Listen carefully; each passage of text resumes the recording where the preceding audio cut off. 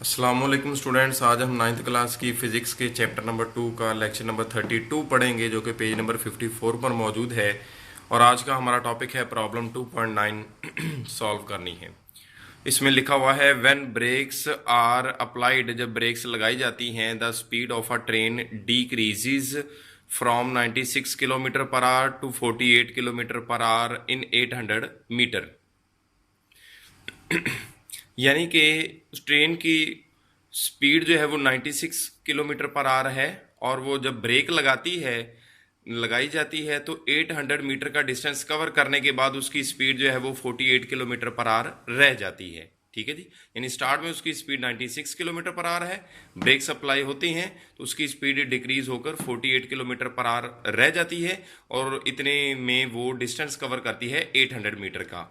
मजीद वो कहता है how much farther will the train move, train और कितना डिस्टेंस कवर करेगी बिफोर कमिंग टू रेस्ट, के रेस्ट में आने से पहले पहले और कितना डिस्टेंस कवर कर लेगी।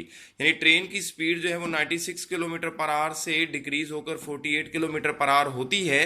इस दौरान वो 800 मीटर का डिस्टेंस कवर करती है।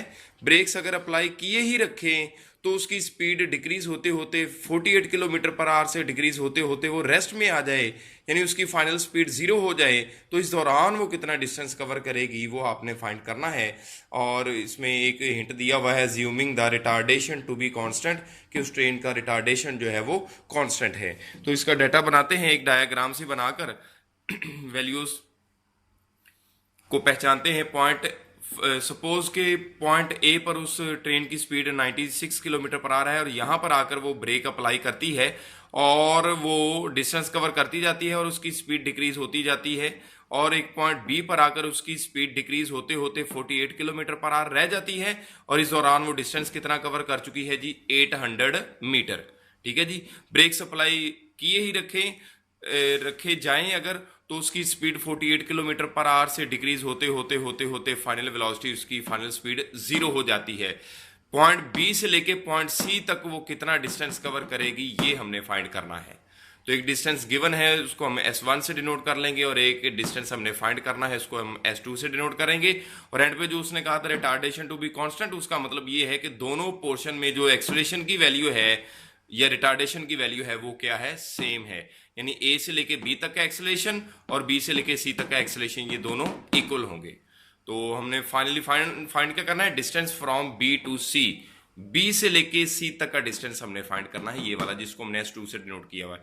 तो हम करेंगे क्या कि पहले ए से लेके बी तक की मोशन को डिस्कस करेंगे, और यहां से हम फाइंड करेंगे ए की वैल्यू।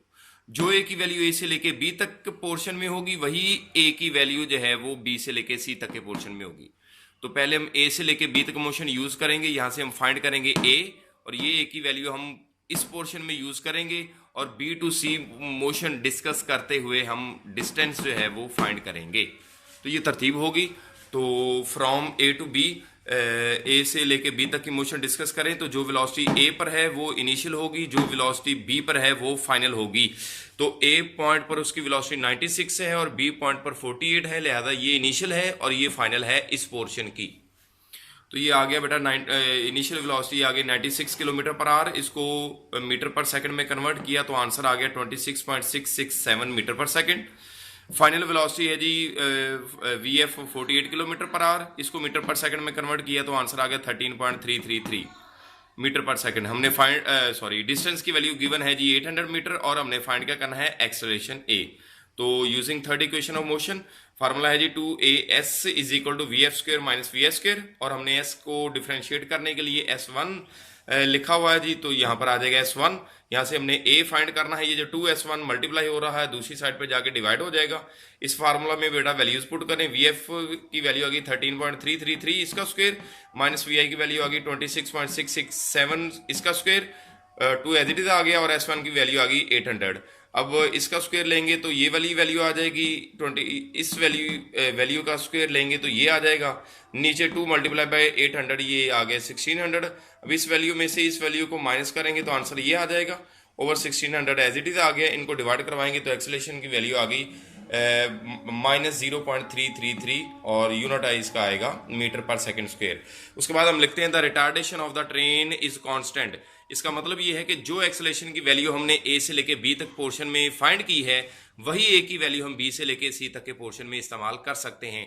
अब हम from B to C motion discuss करेंगे। फ्रॉम बी टू सी में जो बी पर वेलोसिटी है वो इनिशियल है, जो सी पर वेलोसिटी है वो फाइनल है। तो फ्रॉम बी टू सी में इनिशियल वेलोसिटी आ गई 48 किलोमीटर पर आवर, इसको मीटर पर सेकंड में कन्वर्ट कर लिया। फाइनल वेलोसिटी आ गई इसकी 0 मीटर पर सेकंड। एक्सेलरेशन की वैल्यू वही आएगी -0.333 मीटर पर सेकंड स्क्वायर। डिस्टेंस S2 हमने फाइंड करना है using third equation of motion. 2as is equal to vf² minus vh², और s के साथ हम डिफरेंशिएट के लिए 2 लगा देते हैं। S2 इधर ही रहा, ये जो 2a मल्टीप्लाई हो रहा है वो इस तरफ आगे डिवाइड हो गया। वैल्यूज पुट कर देंगे और इनको सॉल्व करेंगे तो बेटा आंसर आ जाएगा 266.8 मीटर। ठीक हो गया जी। अल्लाह हाफिज।